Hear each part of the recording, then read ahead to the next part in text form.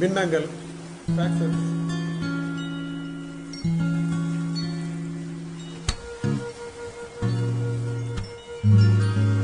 பின்னங்கள் fractions.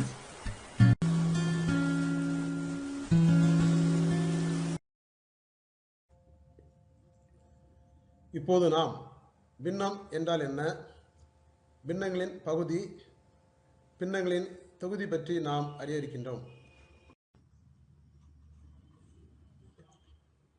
1, 2, 3, 4 என 4 சம பாகங்களாக வட்டம் பிரிக்கப்பட்டுள்ளது.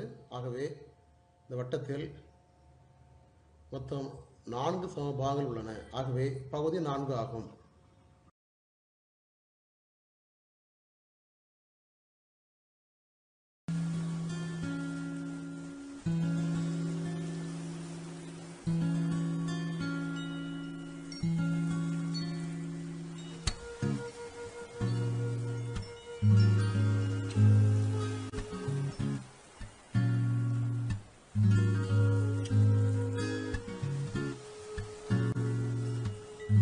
மொத்தம் உள்ள 4 சம பாகங்களில் ஒரு பாகம் மட்டும் வண்ணம் மாறியுள்ளது. ஆகவே வண்ணம் மாறிய ஒரு பாகம் தொகுதியாகும். மொத்தம் உள்ள 4 சம பாகங்கள் பகுதியாகும். எனவே வண்ணம் மாறிய ஒரு பாகம் மட்டும் 4 இல் 1 ஆகும்.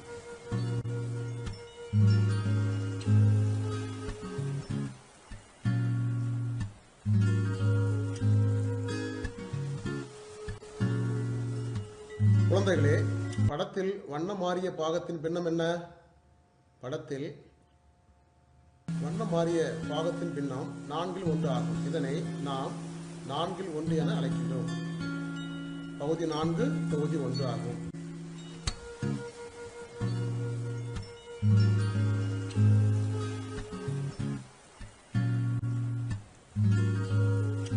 பகுதி மற்றும் தொகுதி அறிதல். 4 கன சதுரங்கள் இங்கே இருக்கின்றன. ஆகவே பகுதி மொத்தம் 4.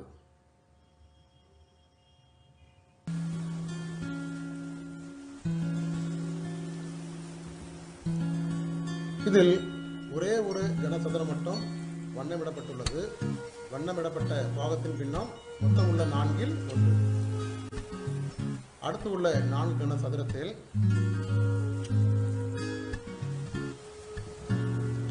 2 கனசதுரங்கள் வண்ணமிடப்பட்டுள்ளன. ஆகவே வண்ணமிடப்பட்ட பாகத்தின் பின்னம் 4 இல் 2. அடுத்ததாக உள்ள 4 கனசதுரத்தில்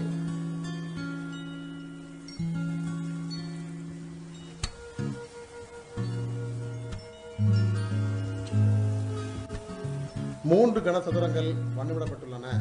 ஆகவே வண்ணமிடப்பட்ட பாகத்தின் பின்னம் மொத்தம் உள்ள 4 இல் 3 ஆகும். 4 என்பது பகுதி.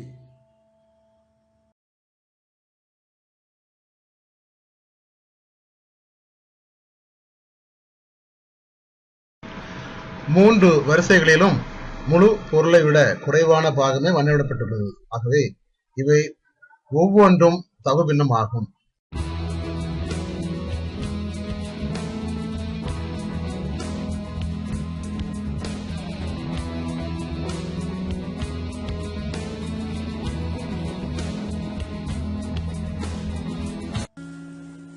பகுதி மற்றும் தொகுதி அறிதல்.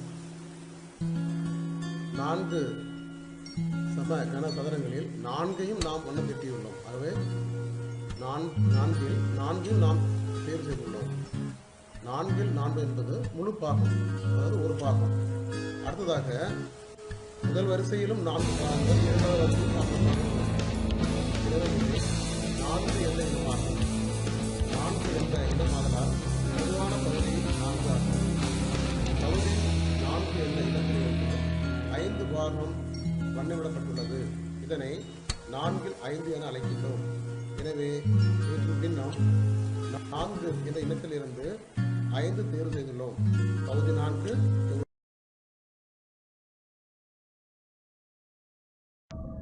முதல் வரிசையில் முழு பொருளும், இரண்டாம் வரிசையில் முழு பொருளை விட அதிகமான பாகமும் வண்ணமிடப்பட்டுள்ளது.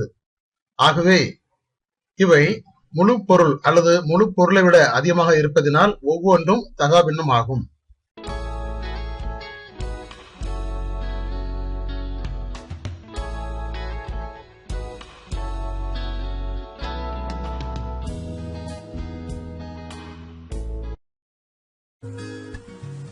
அடுத்ததாக பகுதி 4 என்ற இனத்தில் இருந்து 6 கனசதுரங்கள் வண்ணமிடப்பட்டுள்ளது. இதனை 4 இல் 6 என அழைக்கின்றோம்.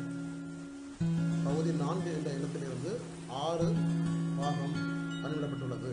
அடுத்ததாக பகுதி 4 என்ற இதிலிருந்து 7 பாகம் வண்ணமிடப்பட்டுள்ளது. இதனை 4 இல் 7 என அழைக்கின்றோம். 4 என்ற இனத்திலிருந்து 7 பாகங்கள் வண்ணமிடப்பட்டுள்ளது. ஆகவே இதனை 4 இல் 7 என அழைக்கின்றோம். பகுதி 4 தொகுதி 7.